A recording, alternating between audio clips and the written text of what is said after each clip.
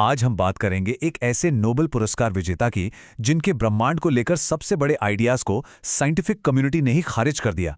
ये कहानी है एक ऐसे साइंटिस्ट की जो या तो अपने वक्त से बहुत आगे थे या शायद किसी बिल्कुल ही अलग रास्ते पर चल रहे थे। तो चलिए शुरू करते हैं। ऑल्वेन का ये एक कोट ही आज की पूरी चर्चा का सार है। उनका ये मानना था कि ब्रह्मांड को समझने के लिए सिर्फ गुरुत्वाकर्षण यानी ग्रेविटी को देखना काफी नहीं है, बिजली और इलेक्ट्रिक करंट्स भी उतने ही या शायद उससे भी ज्यादा जरूरी हैं। अब उनके विवादास्पद विचारों पर जाने से पहले ये समझना बहुत जरूरी है कि हैंस ऑल्वेन कोई ऐरे गहरे विचारक नहीं थे। वो अपने फील्ड के मतलब फिजिक्स के एक बहुत बड़े दिग्गज थे। देखिए, उनके काम की लिस्ट ही अपने आप में काफ़ी कुछ कहती है। उन्होंने मैग्नेटो हाइड्रोडायनामिक्स यानी MHD की नींव रखी, जिसके लिए उन्हें नोबेल पुरस्कार भी मिला। ऑल्वेन वेव्स, ऑरोरा कैसे बनता है और सोलर विंड का कॉन्सेप्ट, ये सब आज मेन स्ट्रीम फिजिक्स का हिस्सा हैं। और सोचिए, वो इतने सम्मानित थे कि कोल्ड वॉर के दौर में भी अमेरिका और सोवियत संघ दोनों ने उन्हें अपनी साइंस एकेडमी का मेंबर बनाया था। और यहीं से कहानी दिलचस्प हो जाती है।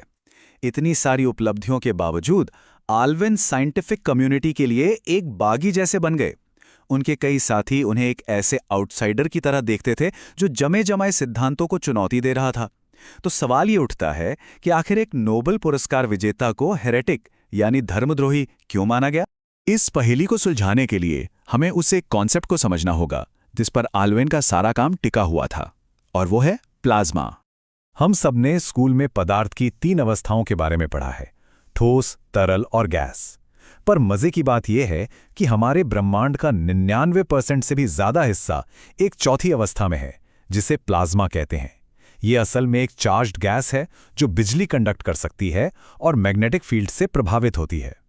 हमारा सूर्य, तारे, नेबुला, ये सब कुछ प्लाज्मा ही तो है। तो ऑल्वेन ने प्लाज्मा के बारे में ये 3 मेन बातें बताईं कि इसमें तरंगें कैसे चलती हैं, वो कितनी तेजी से चलती हैं और ये कैसे अचानक बहुत ज़्यादा एनर्जी छोड़ सकती हैं। ये सारी बातें लैब में साबित हो चुकी हैं। लेकिन असली सवाल तो ये था कि क्या ये नियम सिर्फ लैब तक ही सीमित हैं या फिर पूरे ब्रह्मांड पर लागू होते हैं। यहाँ हम प्लाज्मा की असली ताकत देख रहे हैं। ये सूरज से निकलने वाली एक बहुत बड़ी एनर्जी का विस्फोट है। ज़्यादातर एस्ट्रोनॉमर्स के लिए ये बस एक लोकल घटना है जो सूरज पर होती है, पर ऑल्वेन के लिए यही ब्रह्मांड को समझने की चाबी थी। उन्होंने सोचा, अगर प्लाज्मा सूरज पर ऐसा कर सकता है तो क्या यही चीज गैलेक्सी और पूरे ब्रह्मांड के स्केल पर भी नहीं हो रही होगी? और बस यहीं से मेन स्ट्रीम साइंस के साथ ऑल्वेन का टकराव शुरू हो गया। ये सिर्फ एक थियोरी की बात नहीं थी, ये तो साइंटिफिक मेथड पर ही एक बुनियादी असहमति थी। तो ऑल्वेन का कहना था कि ब्रह्मांड को देखने के 2 तरीके हैं। एक है बिग बैंग मॉडल, जिसे वो भविष्य सूचक कहते थे। मतलब ये एक थियोरी से शुरू होता है, एक सिंगुलैरिटी, और फिर समय में आगे बढ़ता है। दूसरी तरफ वो यथार्थवादी तरीके की वकालत करते थे, जो आज की ऑब्जर्वेशन से शुरू होकर पीछे की ओर जाता है। इस स्लाइड पर फर्क साफ है। बिग बैंग को चीजें समझाने के लिए डार्क मैटर जैसी अनदेखी चीजों की जरूरत पड़ती है, जबकि ऑल्वेन के मॉडल में इसकी जरूरत नहीं थी। अब ये एक बहुत तीखी आलोचना है।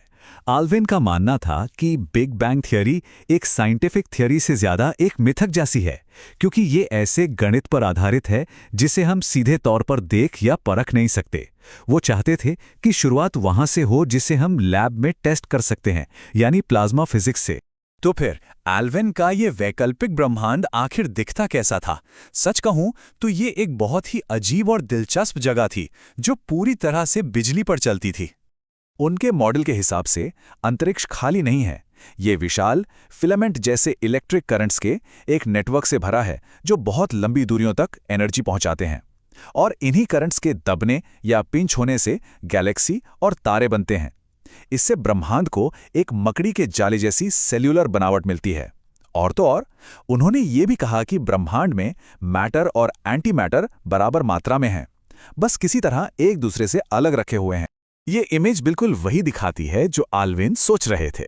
जैसे ये मैग्नेटिक रस्सी मुड़ी हुई है और इसमें एक स्ट्रक्चर है, ठीक वैसे ही उन्होंने सोचा था कि पूरा ब्रह्मांड आपस में लिपटी हुई इलेक्ट्रिक करंट्स से बना है जो हर स्केल पर पैटर्न बनाता है। पर सवाल ये है कि मैटर और एंटी मैटर एक साथ बिना टकराए कैसे रह सकते हैं? इसके लिए ऑल्वेन ने एक बहुत ही क्लेवर एनालॉजी दी। जैसे हमारी पृथ्वी का मैग्नेटिक फील्ड हमें सोलर विंड से बचाता है, उन्होंने कहा कि वैसे ही ब्रह्मांड में प्लाज्मा की अनदेखी झिल्लियां हो सकती हैं जो मैटर को एंटी मैटर से अलग रखती हैं। तो इन सब बातों का क्या मतलब निकलता है? एल्विन की ये सोच आखिर क्यों हाशिए पर रह गई, और उनका काम आज भी कौन से बड़े सवाल खड़े करता है? एक शब्द में कहें तो टर्बुलेंस। प्लाज्मा में होने वाली टर्बुलेंस या अशांति को समझना और उसका मॉडल बनाना बहुत बहुत मुश्किल है, क्योंकि आल्वेन के कॉस्मिक करंट्स स्वाभाविक रूप से अशांत होंगे, इसलिए उनके व्यवहार की सटीक भविष्यवाणी करना लगभग नामुमकिन है। ये आज भी फिजिक्स की सबसे बड़ी अनसुलझी समस्याओं में से एक है, और आल्वेन के आइडियाज को पूरी तरह से साबित करने में एक बड़ी रुकावट भी। पर शायद आल्विन के काम का सबसे गहरा मतलब यही है कि ब्रह्मांड सिर्फ अलग अलग कणों और ग्रेविटी का कलेक्शन नहीं है।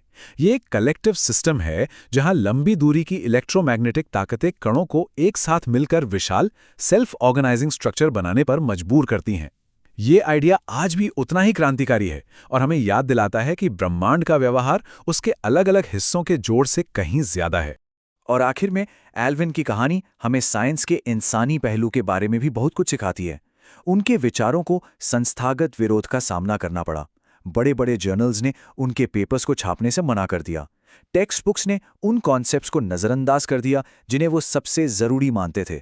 मतलब एक नोबेल पुरस्कार विजेता होने के बावजूद स्थापित सोच को चुनौती देना उनके लिए एक अकेली और मुश्किल लड़ाई थी, जो दिखाती है कि साइंस हमेशा सिर्फ डेटा के बारे में नहीं होता। और यहीं पे हम एक आखिरी सवाल पे आके रुकते हैं। हेंस एल्विन की कहानी हमें याद दिलाती है कि साइंस हमेशा एक सीधी लाइन में आगे नहीं बढ़ता। ये हमें सोचने पे मजबूर करती है, क्या आज भी ऐसे कई इलेक्ट्रिक हेरेटिक्स हैं जिनके विचारों को नकारा जा रहा है, लेकिन शायद उन्हीं के पास कल की बड़ी खोज की चाबी हो।